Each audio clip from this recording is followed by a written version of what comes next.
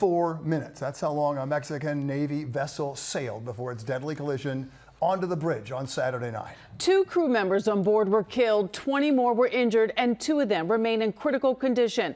Tonight, the NTSB is in New York City to find out exactly what went wrong. And that includes several rounds of interviews with the key players involved here, including the captain of the ship, the pilot of a tugboat that was helping the vessel, and the crew on board. Eyewitness News reporter NJ Burkett is live on the Lower East Side with the latest on the investigation. NJ?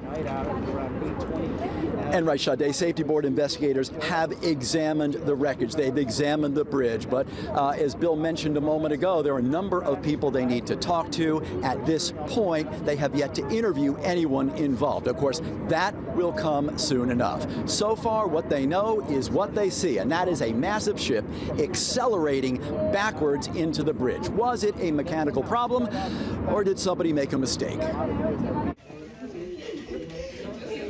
2,500 miles from Manhattan, grief and disbelief in Veracruz, Mexico, where friends and relatives struggle to come to terms with the death of 21-year-old America Yamilet Sanchez. It's illogical, said this young man. What happened there is illogical. There must be someone responsible. Ms. Sanchez was a cadet in the Mexican Navy, killed along with her fellow cadet, Adal Yer Marcos.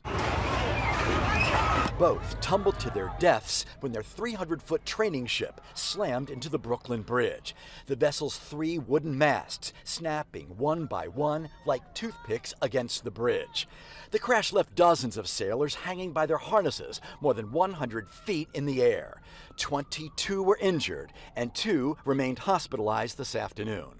Engineers and city officials inspected the bridge, finding some twisted steel on a catwalk beneath the bridge deck, but no structural damage. The bridge is 135 feet above the East River. The masts were 160 feet.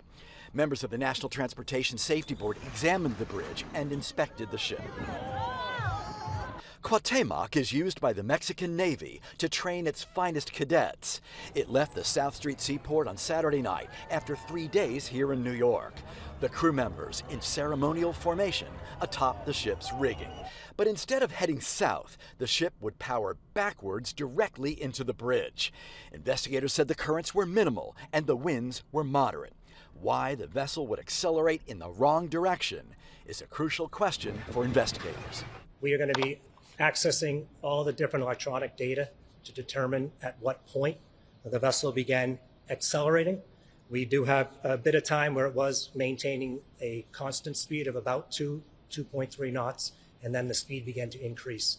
And that's something we will be looking into as part of our engineering assessment of the operation of the engine.